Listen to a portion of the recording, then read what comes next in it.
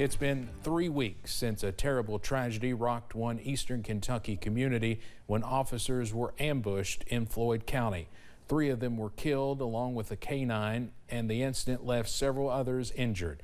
WYMT's Dakota Makris talked with one deputy who's scheduled to have his 8th surgery after being injured in the shootout. Thursday, June 30th, 2022 is a date many in eastern Kentucky will remember. Floyd County Sheriff's Deputy Darren Lawson was one of the several officers who responded to the shooting in Allen. The hospitals kept me busy, so I really haven't had much time to really dwell and think about what really happened just yet. But he cannot help but think about his 3 fallen brothers. He finally got the chance to talk with Deputy William Petrie's son. And share some stories with him, that me and his dad had. And same with Ralph. Me and his son Kelly we were friends through high school. Lawson is at UK Medical Center where he has undergone 7 surgeries. Now he is preparing for his 8th. Surgeries that we've had so far, a lot of them has pretty much been clean outs, making sure there's no infection. On Monday, doctors repaired his Achilles. His next surgery is scheduled for Friday. We're trying to seal the wound, so they're going to go in and try to close it up. During his stay, a heartfelt reunion was had with his 2-year-old daughter, Ryan.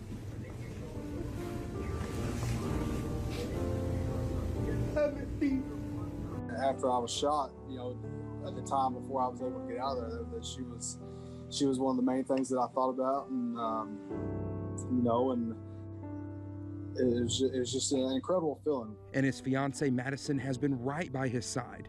She's been a rock. She's been amazing. She's been here with me pretty much every night, and so she's juggling, me and Ryan, and then having to go home and take care of the house and our animals. Waiting for the day he can return home. I'm not going to let some coward win. So I'm going to keep going until however long it takes. I'll be up on my feet before too long. Dakota Makris, WYMT Mountain News. Certainly good to hear from him. Deputy Lawson says he watched the funeral services for the fallen officers. A benefit lunch for Lawson is set for next Wednesday, July 27th at the old courthouse. It starts at 10:30 a.m.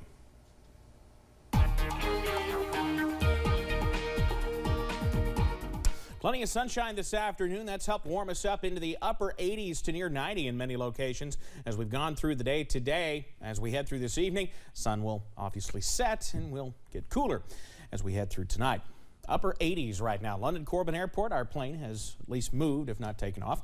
We're going to continue to see blue skies and just fair weather clouds this afternoon. Same thing from our front door here at WYMT in Hazard, overlooking Black Gold Boulevard. Getting busy at this hour as folks head out to dinner this evening. Temperatures in the middle and upper 80s at the moment. A lot of warm air still moving into the mountains.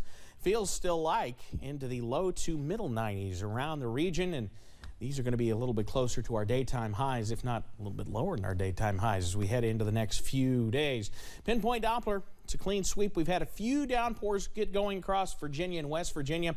We're mostly good shape, though, as we head through tonight. We'll continue to see things calm down as we head through the remainder of the nighttime hours. So as we head into the overnight, upper 60s, partly cloudy skies turn mostly clear overnight. The latest on how hot we get and when the relief moves in, that's coming up in a few minutes. Steve? All right, Evan, thank you. Tonight we're learning more about an abuse investigation within EKU's softball team. EKU says it began immediately following a Twitter thread from a former softball player on July 4th. The investigation concluded today, and EKU released all 110 pages of it. Samantha Valentino is breaking it down. It all started with a tweet describing one player's, quote, college softball experience. And it led to an investigation of allegations against EKU head softball coach Jane Worthington. 15 former softball players were among the 31 witnesses interviewed. Allegations included claims that Coach Worthington deliberately withheld food as punishment, mistreated players, and made irresponsible comments to players pertaining to mental health. 2 witnesses made allegations regarding, quote, abusive behavior during a Colonel's Challenge in fall 2021. This photo from the investigation shows players planking on a sand volleyball court, while assistant coach Haley Sims sprays them with a water hose. The report states that the, quote, purpose of the event was not to punish athletes, but to encourage team building as well as athletic performance and fun. Coach Worthington says players complained to her, saying the challenge needed to be more challenging in the future. EKU says they did not find any school, NCAA, or criminal violations during their investigation. When it came to us, we've always addressed it in a timely way. The allegations were a complete surprise based on my interaction, my observation of our softball program, and again, pleased with the result today. A number of former players have responded to the results of the investigation on social media. Some say they're disappointed and saddened by the findings, while others are not surprised. I'm not surprised that they didn't find anything just because there wasn't anything to find. Deanne Horswell was coached by Worthington from 2007 to 2010. Given the opportunity to you either rise or you quit, and that's the thing about D1 athletics is you're going to get pushed. That's D1, that's the best of the best, and in order to be the best, you have to push yourself. And that was Samantha Valentino reporting regarding the allegations against Coach Worthington, including withholding food as punishment, making comments about players' weight, and placing the safety of players at risk. Deanne Horswell said she never experienced any of these things during her time on the team.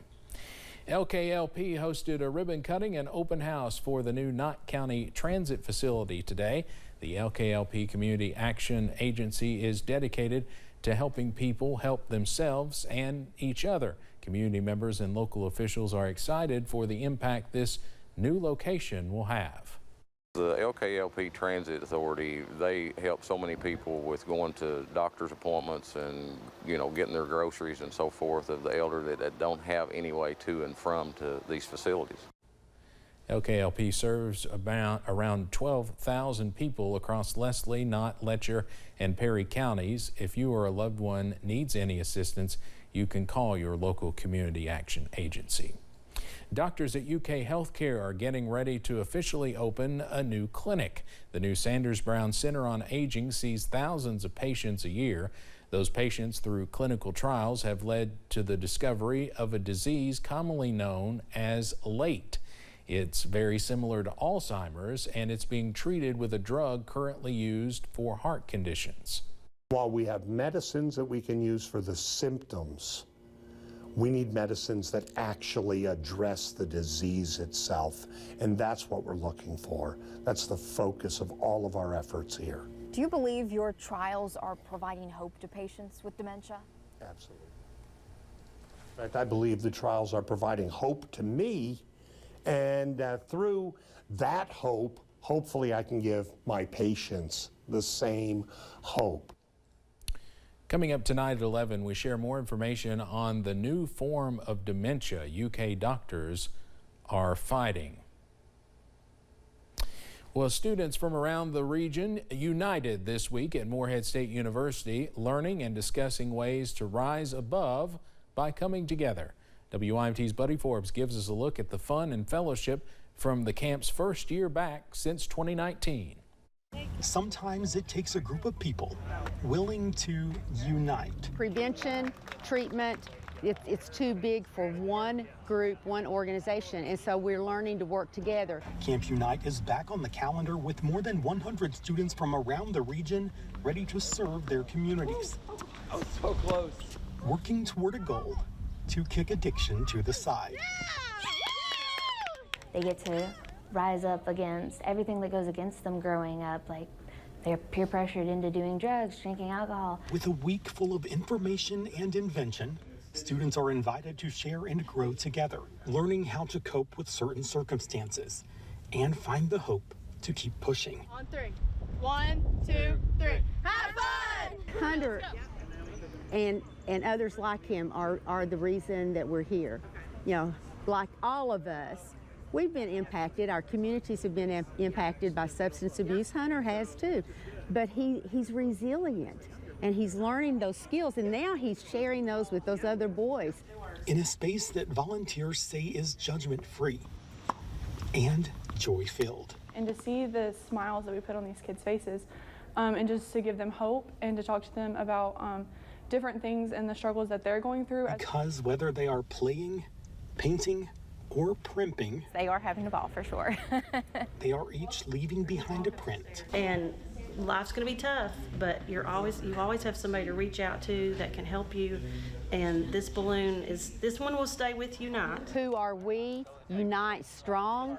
What are we? Stronger together! By moving forward together. In Moorhead, Buddy Forbes, WYMT Mountain News.